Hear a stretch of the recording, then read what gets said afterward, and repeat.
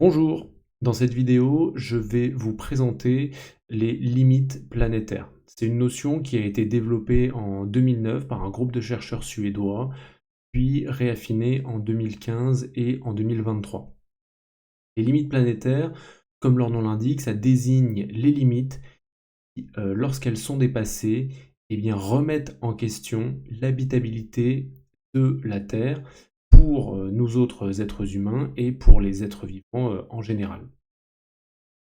Ça me semble intéressant d'en prendre conscience parce que ça permet d'étendre la compréhension de la crise environnementale et de voir beaucoup plus large que simplement la question des émissions de gaz à effet de serre, de CO2 et de réchauffement climatique.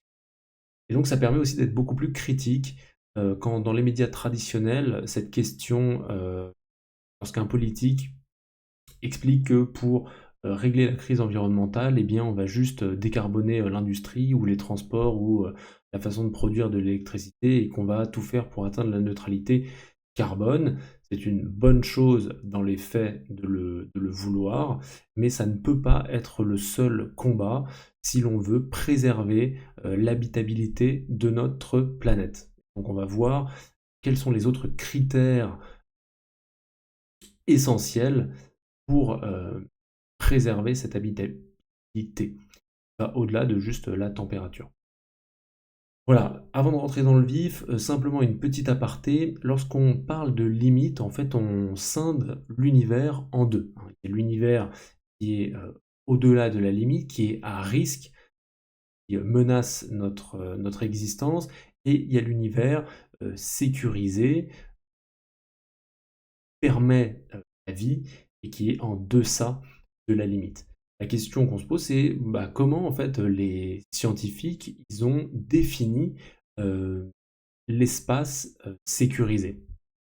Et bien cet espace, ils l'ont défini comme étant l'ère de l'Holocène. Donc l'ère de l'Holocène, c'est toute la période qui va de l'ère pré-industrielle, donc à peu près 1800, jusqu'à moins 11 000 ans.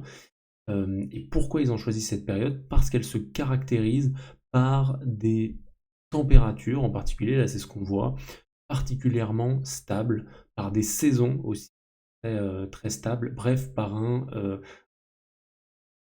des paramètres biophysiques en fait stables. Et là, ce que vous voyez, c'est la variation de température moyenne sur l'ensemble du globe annuel par rapport à la température de l'âge pré-industriel, donc qui est situé entre 1000 et 1800.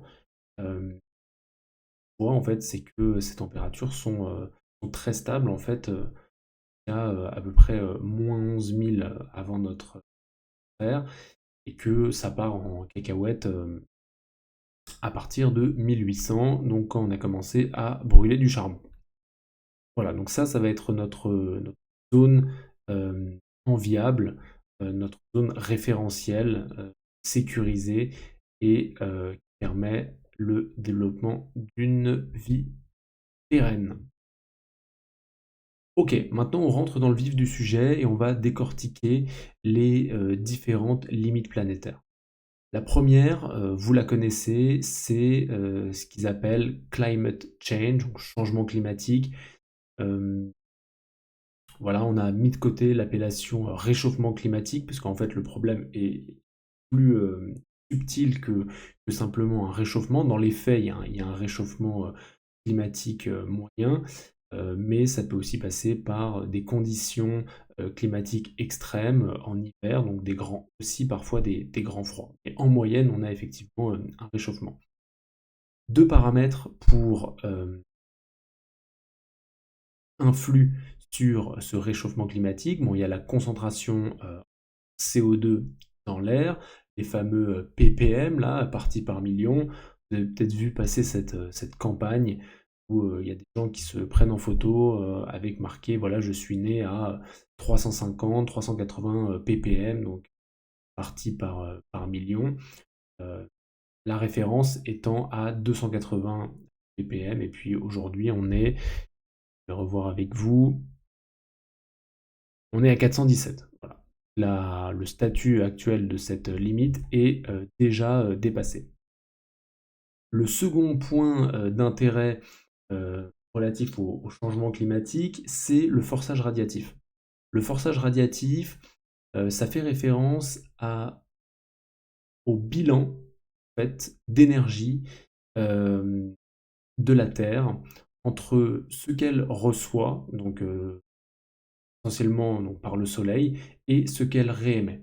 Aujourd'hui, le forçage radiatif, il est positif. Ça veut dire quoi? Ça veut dire que la Terre emmagasine plus d'énergie qu'elle n'en elle réémet pardon, moins d'énergie qu'elle n'en reçoit. Autrement dit, elle en emmagasine et donc elle se réchauffe. Et le forçage radiatif, il est lié à plein de choses, hein, aux aérosols par exemple, au CO2 aussi, euh, aux surfaces terrestres. Par exemple, en fait, les surfaces, les calottes polaires, donc le pôle Nord et le pôle Sud, bah, c'est blanc, hein, comme vous savez. Et ce qui est blanc, ça réfléchit bien les rayons du Soleil.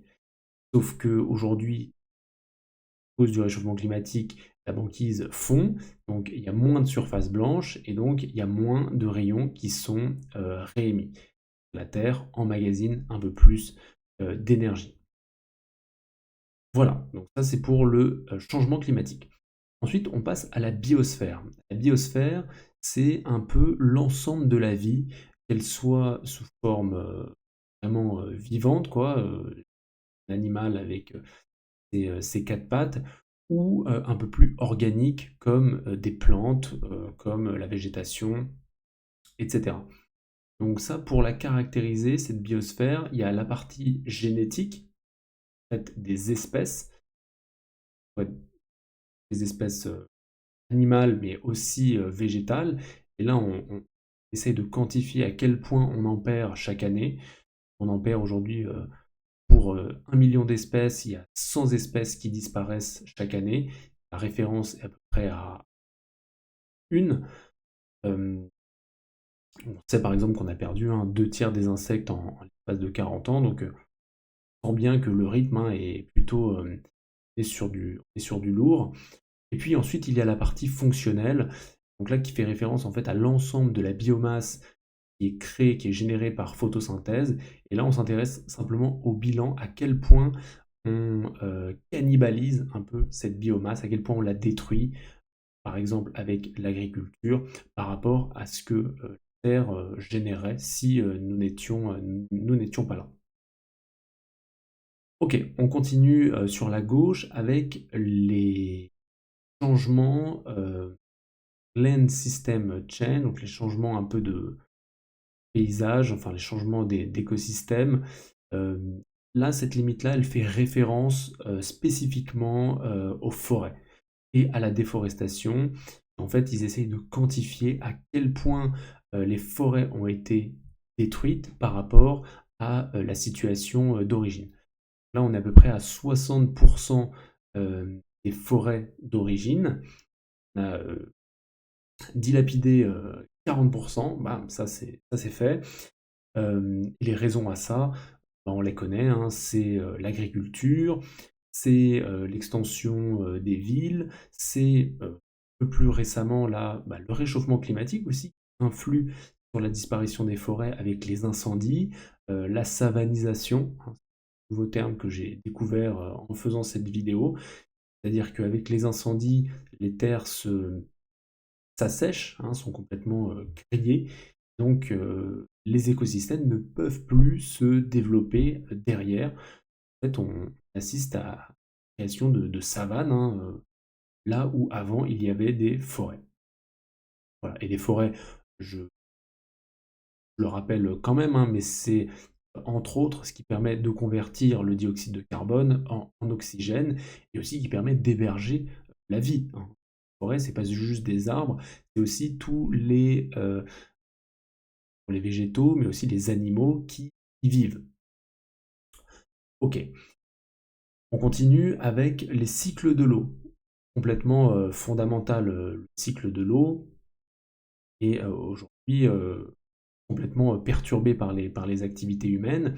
Donc quand on parle de cycle de l'eau, hein, on parle de truc qu'on apprend à l'école primaire et qui dit que eh bien, l'eau s'évapore au niveau des océans, ça forme des nuages, ensuite migre sur l'ensemble du globe, et puis il va pleuvoir, hein, donc cette eau elle va être redistribuée dans les fleuves, donc sous forme de pluie, mais aussi il va neiger et il va se former des glaciers, glaciers qui vont fondre en été et qui vont venir réalimenter les cours d'eau, les nappes phréatiques, et aussi qui vont se redéverser dans l'océan. Donc là, il distingue de, deux types d'eau, donc l'eau verte et l'eau bleue. L'eau bleue, c'est celle que l'on peut voir en fait dans les cours d'eau, dans les nappes phréatiques. L'eau verte, c'est celle qui va venir s'infiltrer dans la terre et va venir alimenter les végétaux. Et là, en fait, dans cette limite planétaire, ils essayent de voir à quel point vient perturber le cycle naturel de l'eau, c'est-à-dire les trajectoires naturelles en fait qu'auraient emprunté toutes ces gouttes d'eau sans intervention humaine. On sait que euh, l'agriculture en fait détourne énormément d'eau, hein, pour des courants et des fleuves naturels, euh, et aussi bah, les barrages, hein, les constructions humaines qui perturbent aussi cet écoulement. Tout ça fait que le cycle de l'eau est perturbé. Récemment, j'avais vu que le Nil, tellement sollicité hydriquement pour l'agriculture, en fait, que les débits sont complètement appauvris euh, dans à son terme, quoi, un peu avant qu'il retrouve la mer. Passons au cycle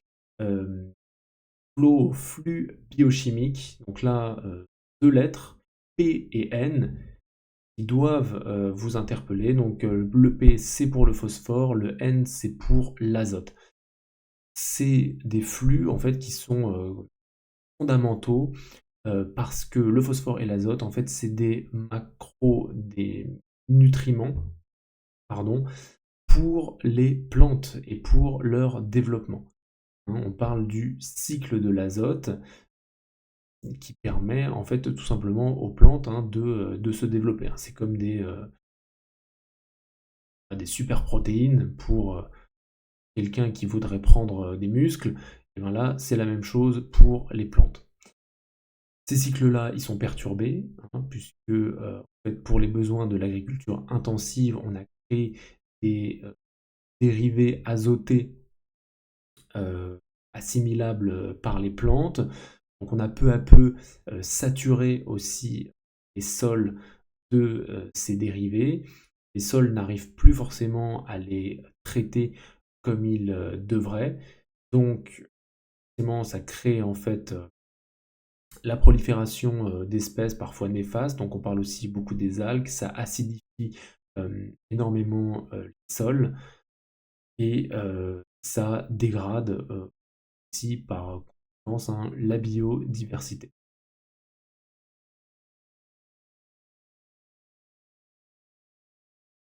Voilà pour ça. Ensuite, on peut passer à l'acidification des océans. Donc, comme vous le savez, en fait, l'océan, c'est un grand réservoir de dioxyde de carbone, à CO2. Ça en capte à peu près 30% des émissions.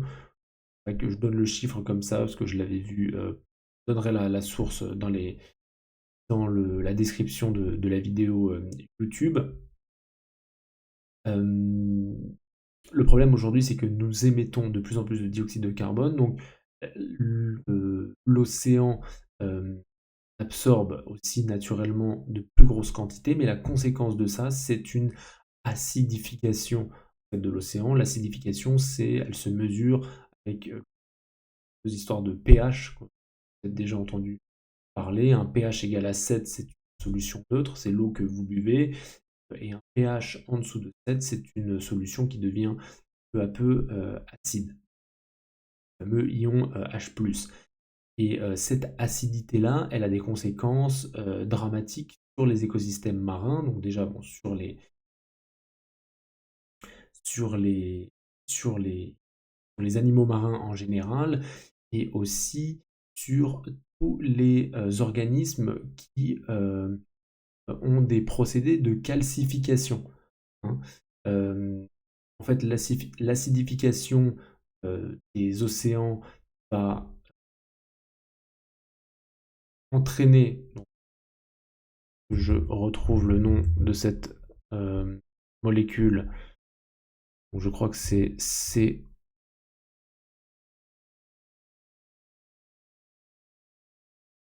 voilà, une acidité plus élevée, c'est une diminution des ions carbonate, CO3 de moins, et en fait les organismes calcifiants, comme tout ce qui est huîtres, crabes, oursins, ont besoin de CO3 de moins pour se développer.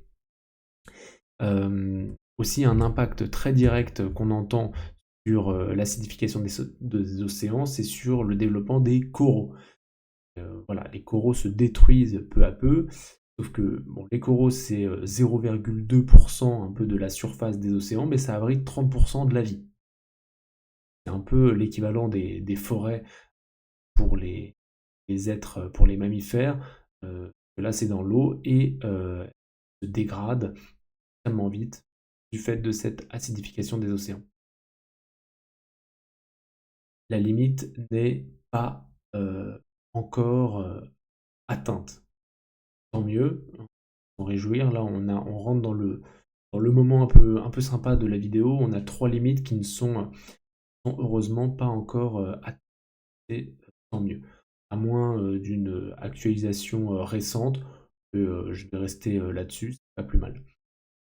Ensuite, il y a les aérosols. Les aérosols, c'est de toutes petites particules qui sont dans l'air autour de nous, que l'on voit pas forcément, et qui entraînent un réchauffement en fait climatique, entre autres. Euh, voilà, je voulais retrouver le terme. Ce sont des fines particules en suspension dans l'atmosphère et qui interagissent avec le rayonnement solaire. Euh, les aérosols modifient notamment la formation des nuages et donc aussi, hein, on se rappelle du cycle de l'eau, eh bien le cycle de l'eau, puisque le cycle de l'eau passe par la formation des nuages. Enfin, il y a deux dernières, donc la couche d'ozone. Couche d'ozone, grande réussite, je veux dire, de notre ère, puisque à une époque, la limite était dépassée, et puis en limitant certains aérosols et certaines molécules néfastes, nous avons réussi à rétablir une couche d'ozone fiable pour, pour notre survie. Et enfin, on termine avec les nouvelles entités. Euh, Là, c'est un peu le fourre-tout de toutes les espèces un peu toxiques, je pense qu'on découvre peu à peu, euh, et notamment aussi radioactives, et qui sont néfastes pour les écosystèmes, euh, soit des végétaux ou les animaux. Je vais essayer de retrouver rapidement